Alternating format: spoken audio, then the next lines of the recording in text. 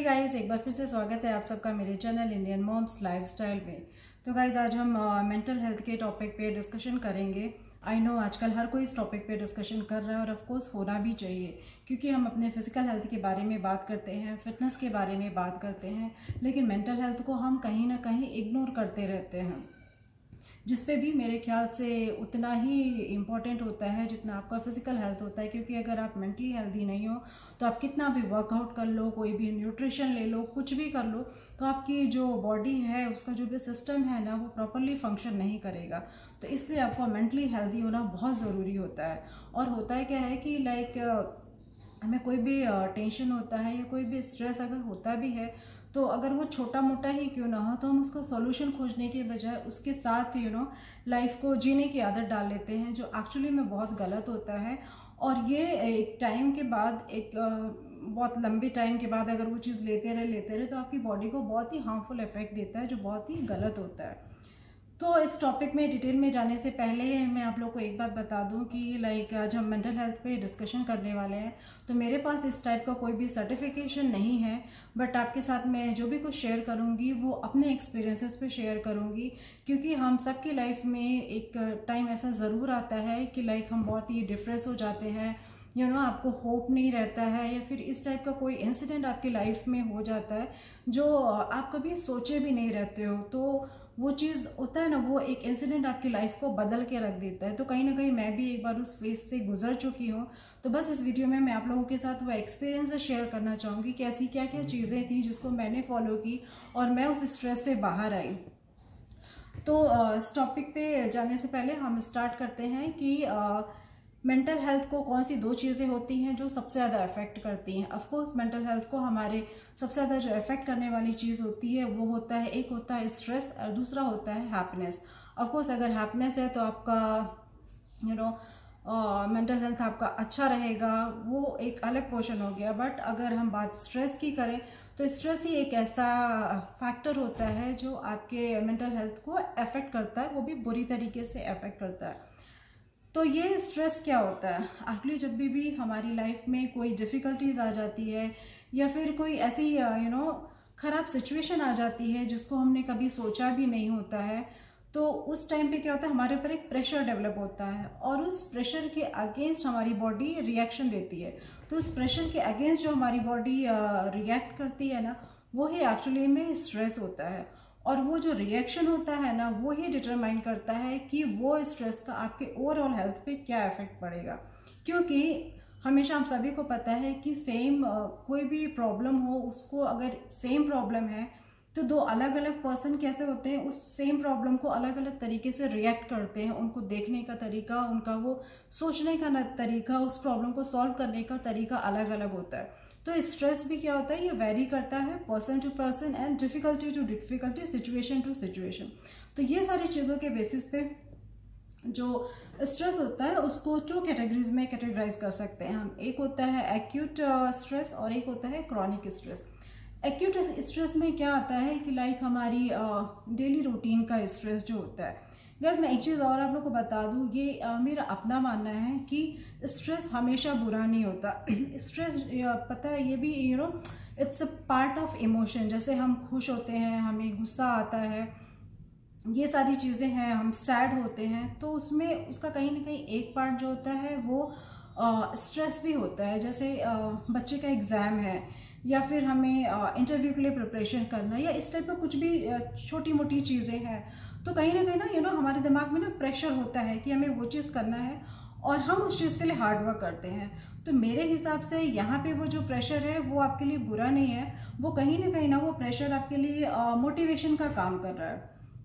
तो मैं ये नहीं बोल सकती कि स्ट्रेस हमेशा बुरा होता है। स्ट्रेस समटाइम्स मोटिवेशन का भी काम करता है। ये आप पे डिपेंड करता है कि आप उसको किस तरीके से लेते हो और वो कब तक लेते हो। तो ये चीज़ें, ये जो बैलेंस करना होता है ना, वो सबसे ज़्यादा इम्पोर्टेंट होता है। तो फिर चलिए हम आते हैं उस टॉपिक पे। तो जो स्ट्रेस होता है वो टू टाइप्स का होता है। एक जो फर्स्ट होता है वो एक्यूट होता है, सेकंड जो होता है वो क्रॉनिक स्ट्रेस होता है। एक्यूट स्ट्रेस में जो होता है ना, उसमें हमारा डेली रूटीन का स्ट्रेस आता है। जैसे बेबी केयर हो गया, या फिर आपको कोई छोटी मोटी फाइनेंशियल प्रॉब्लम हो गई है, या फिर लाइक आपकी जॉब चली गई है, बट वो एक शॉर्ट टाइम के लिए है कि आपकी जॉब चली गई बट आपको पता है कि आपको जॉब मिल जाएगी, तो एक बहुत थोड़े टाइम के लिए वो स्ट्रेस हुआ।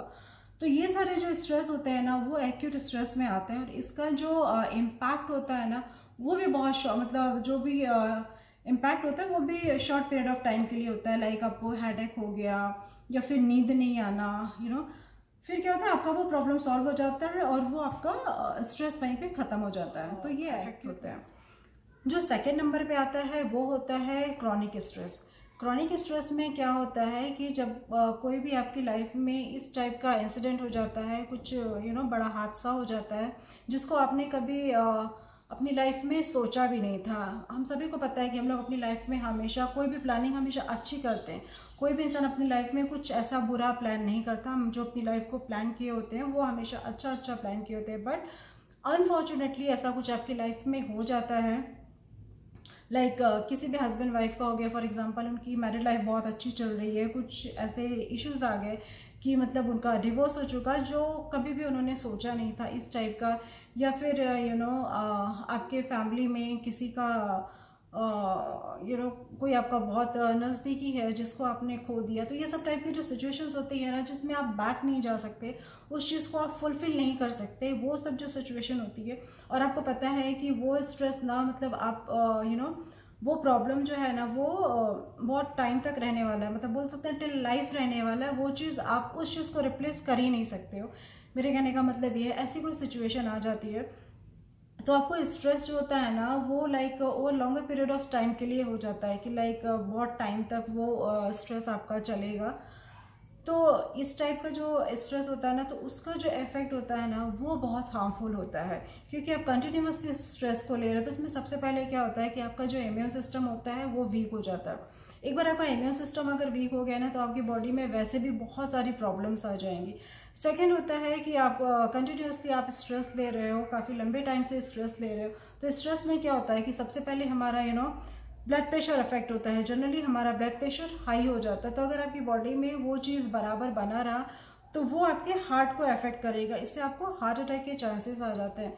तीसरा जो है वो होता है नींद ना आना, आपको नींद नहीं आएगी तो आप उसके लिए मेडिसिन लोगे। अगेन उस मेडिसिन का बहुत सारा साइड इफ़ेक्ट होगा जो आपकी बॉडी को डेफिनेटली अच्छा इफेक्ट तो नहीं करेगा। उसके बाद में आता है कि लाइक वुमेंस हो गए, वुमेंस अगर बहुत लंबे टाइम से स्ट्रेस लेते हैं तो उनका जो सीधा स्ट्रेस का जो इम्पैक्ट होता है ना वो सबसे ज़्यादा इम्पैक्ट उनके रिप्रोडक्टिव ऑर्गन्स पे पड़ता है। तो ये सारी चीज़ें हैं जो लाइक आपको बहुत बड़े प्रॉब्लम में डाल सकती हैं। तो ये जो क्रॉनिक स्ट्रेस है इसलिए वो बहुत ही हार्मफुल स्ट्रेस में आता है और वो बहुत ही ज़्यादा आपकी बॉडी को हार्म करता है। तो फिर बात करते हैं हम स्ट्रेस मैनेजमेंट पे कि अगर हमारी लाइफ में कुछ भी ऐसा स्ट्रेस है तो हम उसको कैसे मैनेजमेंट कर सकते हैं, उसको कैसे हम कम कर सकते हैं। तो जो सबसे पहले मैं अपने एक्सपीरियंस में बता रही हूँ, जो सबसे पहले आता है ना वो होता है एक्सेप्टेंस। लाइक आपकी लाइफ में ऐसा कुछ हो गया है या कुछ ऐसा बड़ा हादसा होता है तो सबसे इम्पोर्टेंट जो होता है ना कि हमारा जो दिमाग होता है और जो हमारा दिल होता है वो उस चीज़ को एक्सेप्ट ही नहीं करता। हम एक्सेप्ट ही नहीं कर पाते कि ऐसे कैसे हो गया या फिर ऐसे कैसे हो सकता है, जबकि हम सभी को सोचना चाहिए we all are human beings, हम में से किसी की लाइफ में कुछ भी हो सकता है and I am one of them. ठीक है, तो आप उस प्रॉब्लम को ना सबसे पहले आप उसको एक्सेप्ट करो कि ये चीज़ हो गया है, क्योंकि जब तक आप उसको एक्सेप्ट नहीं करोगे, ये मानोगे नहीं, तब तक बिलीव नहीं करोगे उस चीज़ पे, तब तक आप उस प्रॉब्लम का सोल्यूशन नहीं खोज सकते हो। तो सबसे पहले आता है आप उस चीज़ को एक्सेप्ट करो और जो भी प्रॉब्लम है प्रॉब्लम पे फोकस ना करके अब उसका सॉल्यूशन क्या होगा आप सॉल्यूशन पे फोकस करो। होता क्या है ना कि हम प्रॉब्लम में ही स्टक करके रह जाते हैं, प्रॉब्लम के आगे हम सोच ही नहीं पाते, वो सबसे बड़ी प्रॉब्लम है एक्चुअली। और ये मेन रीज़न है लोगों का डिप्रेशन में जाने का कि आप सिर्फ या तो बिलीव ही नहीं कर पाओगे, फर्स्ट अगर बिलीव कर लिया तो आप उस प्रॉब्लम में ही अटके रहोगे। आपको क्या करना है कि आपको उस प्रॉब्लम के बजाय जितना आप प्रॉब्लम पे फोकस कर रहे हो ना उससे कई गुना ज़्यादा आपको सॉल्यूशन पे फोकस करना है। तो डेफिनेटली आप जब उस चीज़ का रास्ता खोजोगे ना तो आपको कोई ना कोई रास्ता ज़रूर नज़र आएगा। एंड ट्रस्ट में गाइस, हर किसी की लाइफ में प्रॉब्लम आता है, ऐसे किसी की भी लाइफ नहीं, हाँ सबकी लाइफ में एक जैसा प्रॉब्लम नहीं आता, प्रॉब्लम अलग अलग होते हैं बट प्रॉब्लम होता ही नहीं है, ऐसी किसी की भी लाइफ नहीं है। बट ये हम पे डिपेंड करता है कि हम वो प्रॉब्लम से हम क्या होता है, हम और भी ज़्यादा स्ट्रांग हो जाते हैं या वो प्रॉब्लम हमको तोड़ के चली जाती है, वो हमारे ऊपर है। तो ये हम उसके साथ कैसे कोप अप कर रहे हैं, हम उसको कैसे डील कर रहे हैं, जो उसको डील करना हुआ ना उस प्रॉब्लम को, वो सबसे ज़्यादा इंपॉर्टेंट होता है कि हम कैसे उस चीज़ को डील करते हैं। तो ये हो गया कि आपने सबसे पहले उसको एक्सेप्ट किया, दूसरा अपने प्रॉब्लम से ज़्यादा आपने सॉल्यूशन पे फोकस किया। थर्ड नंबर पे आता है कि आप हमेशा अपने लोगों के साथ जुड़े रहिए। ये ये लाइफ का एक बहुत ही इम्पॉर्टेंट पार्ट है कि होता है क्या है कि हम अपनी लाइफ में इतनी बिजी हो जाते हैं अपने आप को ना, जनरली लोग जब थोड़े स्ट्रेस होते हैं या फिर उन्हें लगता है कि वो मेंटली परेशान है तो वो क्या करते हैं ना, अपने आप को आइसोलेट कर लेते हैं। वो एकदम गलत है। मैं ये नहीं कहती कि आप अपनी प्रॉब्लम आप हर किसी के साथ शेयर करिए, बट आपके फैमिली मेम्बर्स हो गए, आपके पेरेंट्स हैं या फिर आपके अपने बच्चे हैं जो इस चीज़ को समझ सकते हैं, या आपका कोई क्लोज फ्रेंड हो गया, कोई भी हो गया, तो आप डेफिनेटली अपनी प्रॉब्लम को उसके साथ शेयर करिए। क्योंकि होता है क्या है ना कि कभी कभी हम प्रॉब्लम में होते हैं तो हमारा माइंड उतना काम नहीं करता या हमें उतना आइडियाज़ नहीं मिलता, बट अगर आप किसी के साथ शेयर करोगे ना तो डेफिनेटली आपको आपके पास जो आइडिया है ना उससे ज़्यादा आइडिया मिलेगा, ये तो फिक्स है।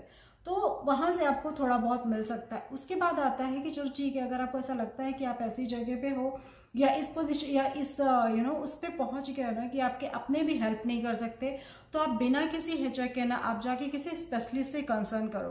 क्योंकि होता है क्या ना, लोगों के मन में बहुत जब इस टाइप का हो जाता है, आपको बोलते हैं ना कोई होप नहीं रहता है, आप एकदम होपलेस हो गए रहते हो, तो हमारे दिमाग में ना बहुत सारे नेगेटिव थॉट्स आते हैं। तो वो प्रॉब्लम छोड़ करके हमारी लाइफ में और भी बहुत सारी प्रॉब्लम्स आ जाती हैं जो एक्चुअली में बहुत डेंजरस हो जाती है। बहुत लोग इनफैक्ट इतना होता है कि डिप्रेशन में क्यों होता है, लोग सुसाइड करने तक को सोच जाते हैं। मतलब उनकी बॉडी में ना इतनी नेगेटिव एनर्जी हो जाती है ना कि और वो कब होता है, जब उनको लगता है कि उनके पास कोई सॉल्यूशन नहीं है, क्योंकि वो उनको एकदम लास्ट और इजी लगता है। क्योंकि और मेरे हिसाब से वो बहुत बड़ी बेवकूफ़ी होती है। मुझे लगता है इंसान को समझदार बने रहना ज़्यादा डिफ़िकल्ट होता है, बेवकूफ़ बनना बहुत आसान है। तो वो आप उस रास्ते पे मत जाओ। अगर आपको ऐसा कुछ है, आपको ऐसा कुछ प्रॉब्लम ऐसा लगता है, आपको ऐसा लगता है कि आप अपने थॉट्स पे कंट्रोल नहीं पा रहे हो, आपको आपके ऊपर नेगेटिव थॉट्स बहुत ज़्यादा आ रहे हैं, तो आप प्लीज़ किसी स्पेशलिस्ट को कंसर्न करें, आपको डेफिनेटली उस चीज़ में हेल्प मिलेगा।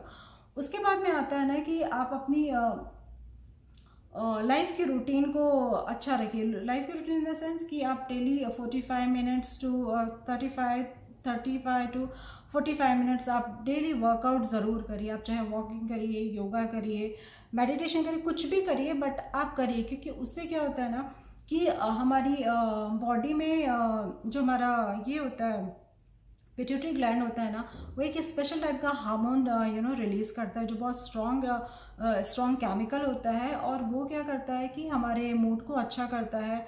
आपको थोड़ा पॉजिटिव फील होएगा। तो आपको जो भी प्रॉब्लम्स है, तो उस चीज़ के साथ आप अपने वर्कआउट को बंद मत करें, उस चीज़ को कंटिन्यू रखें। तो ये सारी चीज़ें हैं जिसको बहुत बड़ी चीज़ें नहीं हैं, बहुत छोटी छोटी चीज़ें हैं जिसको आप ध्यान रख सकते हो, और अपनी लाइफ में जो भी प्रॉब्लम्स हैं उसको आप एटलीस्ट थोड़ा सा कम करके और उसका सॉल्यूशन खोज सकते हो।